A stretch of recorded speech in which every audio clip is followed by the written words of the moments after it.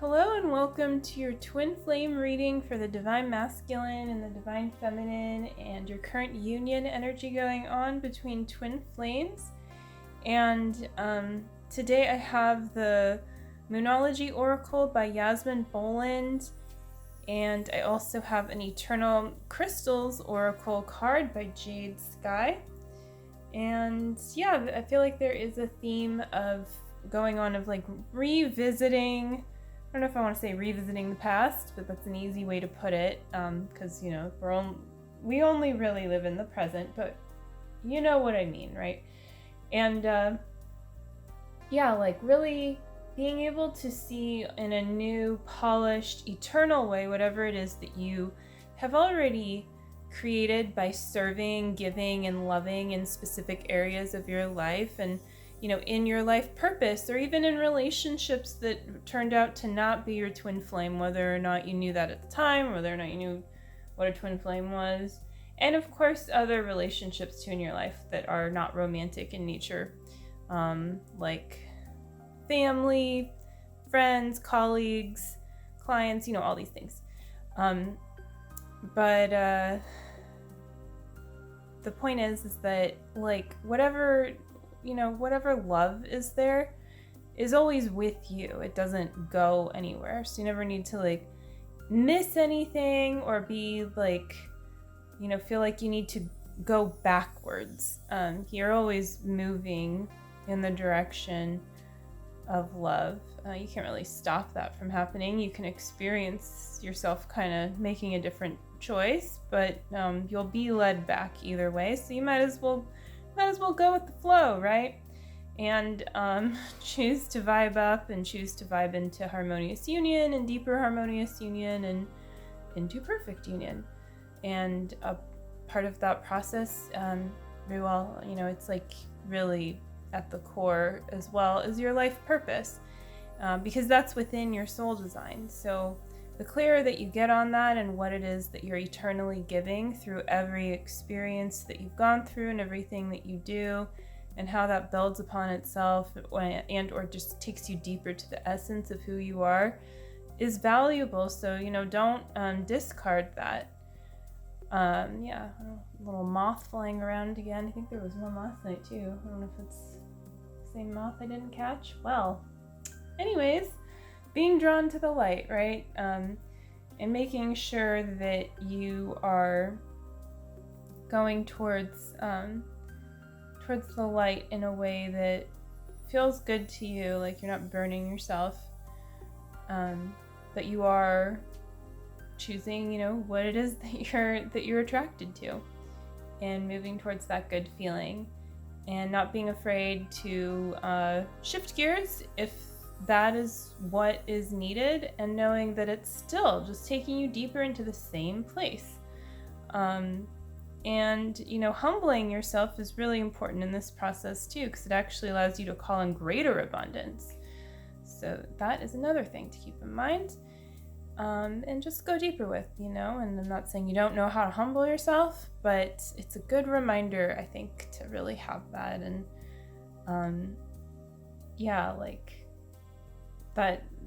that is you being divine and confident and wonderful, and all these things is being really really surrendered to allowing the divine to flow through you. So without further ado, we'll get started with this. We'll start with the Divine Masculine today. Mix it up. Maybe started with him recently. I don't think so though. The end of a tough cycle approaches. Full moon in Capricorn. Well, Divine Masculine, have you been going through a tough cycle? Because this is good news for you, if so. And this is full moon in Capricorn, so your hard work is coming to fruition in one way or another.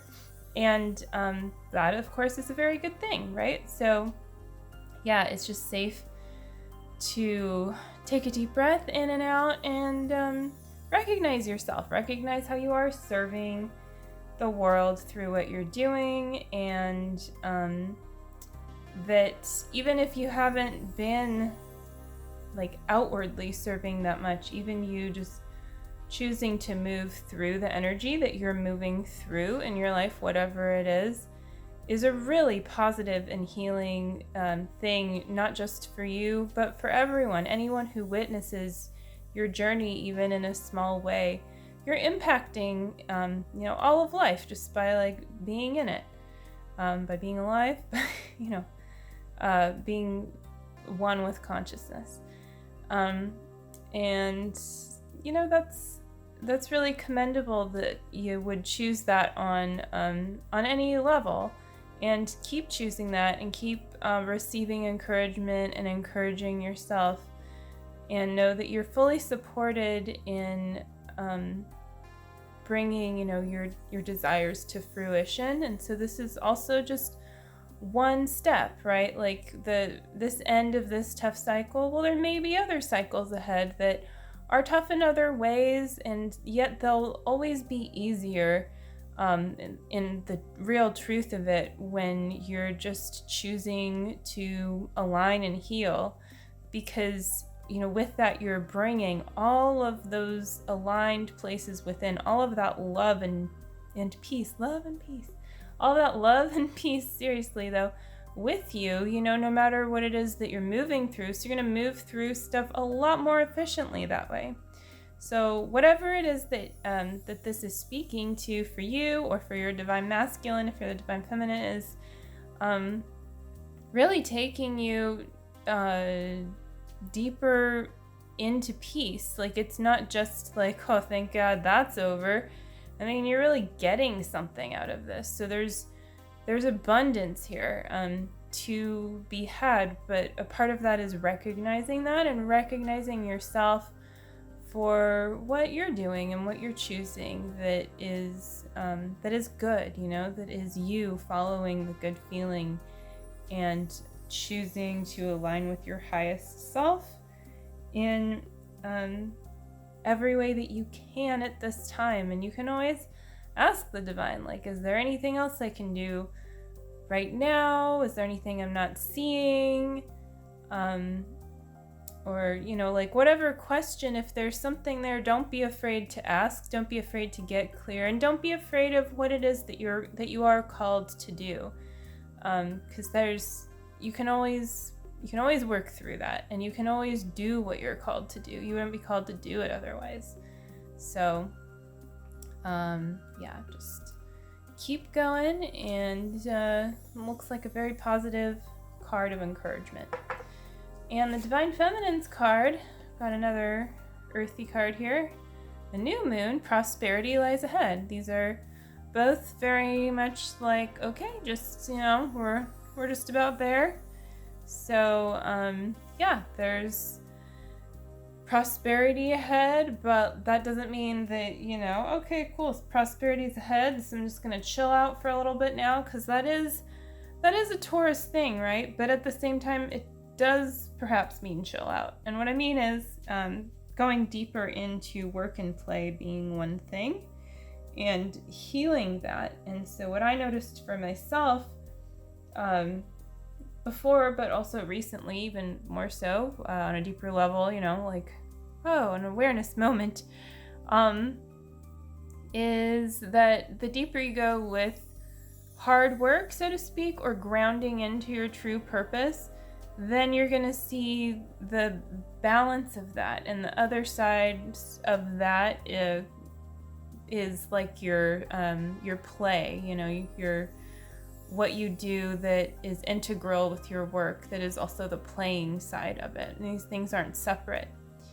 And so when you heal in one area, then it's like, okay, now it's time to look at this, and like where you have a block.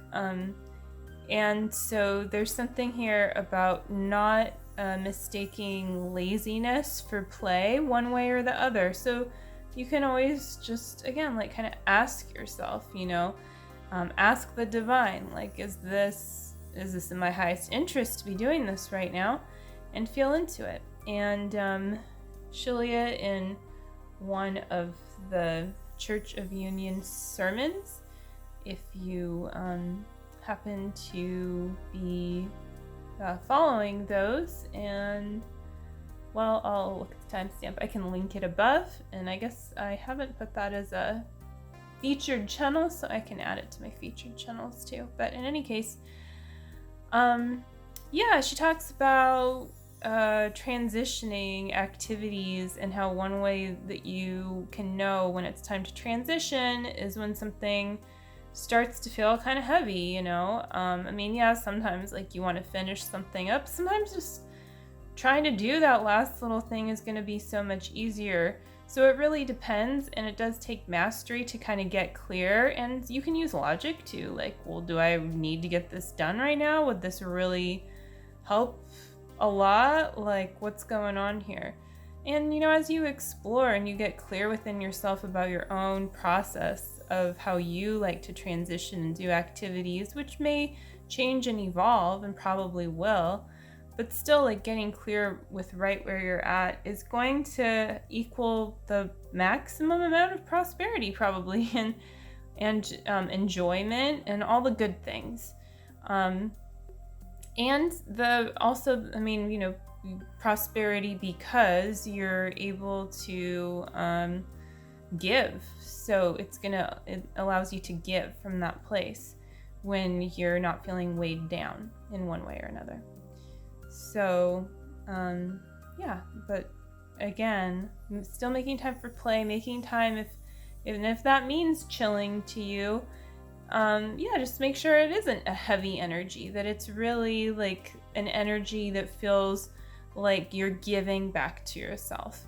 And this can also be like Taurus related activities too, right? Like eating comes to mind for sure. So, yeah, this could also speak to giving yourself more nourishment at this time, and not like, not shortcutting, like, yeah, like not shortcutting yourself there in that place of nourishment, and really remembering to fully give to yourself. Because when you're choosing to fully give to yourself, you're really sending that signal to the universe. And I don't mean like give in a way that doesn't actually feel good, like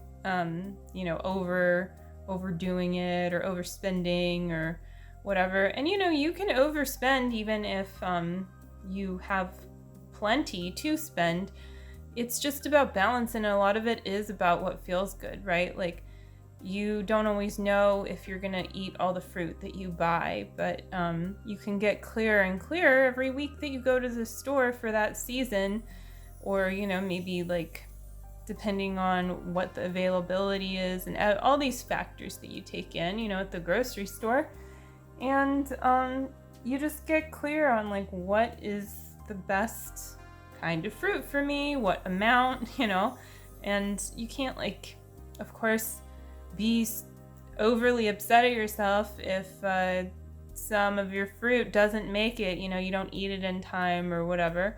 But maybe there's a way, right? Like, oh yeah, I could take an extra few minutes and save this or make this thing with this or whatever. But it can also be an energy leak and not productive to be you know, like upset about not utilizing every little thing. Ideally, that's what you want, right? Like, you want a life that functions perfectly and you don't want to waste. But you know, sometimes it's a bit of trial and error, and there's lessons in there as well. So it's just safe to be compassionate with yourself as you're always kind of learning that perfect balance for you, for your household, and all that. And, of course, for your twin flame union. So, let's look at the last card, the middle card. And this is children. Number 22, kunzite, third eye and heart chakras. So, I've been hearing and feeling personally a lot of themes related to inner child healing. And I think it's important to remember that even if you do have children, even if you don't have children, children are always a part of everyone's life. So I know as a kid, you know, when I would hear adults kind of talk about someone not liking children, kind of be like, this seems weird, you know, like I could see how some of the things I do as a kid are annoying and stuff like that, but like to just not like kids, like what's that about, right? And yeah, what is that about? Because if like you don't love your own inner child, it doesn't mean you need to be around children 24/7. But if all of society really just chose right now to embrace their inner child, we would find ourselves supporting children so much better, because then like we're not choosing in consciousness to kind of send people to little people to a place that they don't like. And I'm talking about school, right? Like did anyone have a good experience, who wasn't homeschooled? Like, love all of school? Maybe. Like, if you went to some amazing private school and it wasn't weird in one way or another. But, yeah, and I mean, so many systems aren't perfect. So it's not like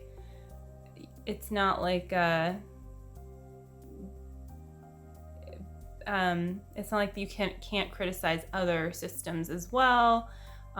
Or love this system for what it is, but like why can't there be another solution? And a part of that really starts within you and within your twin flame journey, because also imagine how much happier kids are when they get to look up to, are raised by, are taught by, are just like completely in a world of people who actually love the person that they are with. They love their partner, they are with their twin flame, and how much that would curb abuse and other things that are kind of abusive or just not fun for kids, like teaching them a lot of things that aren't very applicable to real life, when that's a lot of time and energy for people to spend for that much of their life. Like there's not so much of a difference between kids and adults that there needs to be like this divide, but I think that there's a fear of going into your inner child and really looking at those places that weren't treated so nicely and fully healing there. And as we get there collectively and individually, it really becomes a lot easier to close that gap in a healthy way and to still have, like proper boundaries. Like, yeah, okay, you're not gonna like maybe let your young kids watch all the movies with all the crazy stuff going on in them. I mean, maybe you don't want to watch that either, but stuff like that. But yeah, like It really is about just like seeing yourself as complete, and that involves your childhood, and so it involves healing. And that's another reason why I would really recommend Twin Flames: Finding Your Ultimate Lover by Jeff and Shalia. And it's funny that I'm talking about this now, because also today I flipped to a page in that, and it was talking about this very thing, healing your childhood, and how you really do heal it. Like when you do this healing work, like it feels different. It feels like you actually had the childhood that you did need, that you did want, that you did desire. Because in truth, it's there for you. It's there for any kid, any adult. And the more that like you really claim that for yourself and choose that, and close that gap, like clear that separation consciousness, that's healing done for all, just by choosing it within. But also it's very attractive to your twin flame, because like, didn't you feel your twin flame in one way or another, even in your early childhood, like just in different ways? Like that kind of sense of desiring a best friend, maybe like watching Disney movies and seeing the prince and the princess or whatever. But like there's a real feeling there of something that is very pure.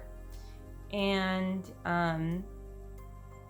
yeah, like it's important to tap into that and to just like enjoy that, And so if you're you're not like really fully able to do that in any way, just know that that is for you too, and that it's safe to like work through the process. And even if you do feel it, like, it's safe to desire more of that. Like, hey, I really like the way that, you know, this feels, like feeling this way. I really like being able to see and think of my childhood in this way and my adulthood too, you know, like integrating this all into where I am right now. And so moving towards that good feeling, creating more good experiences for yourself is a very healthy thing.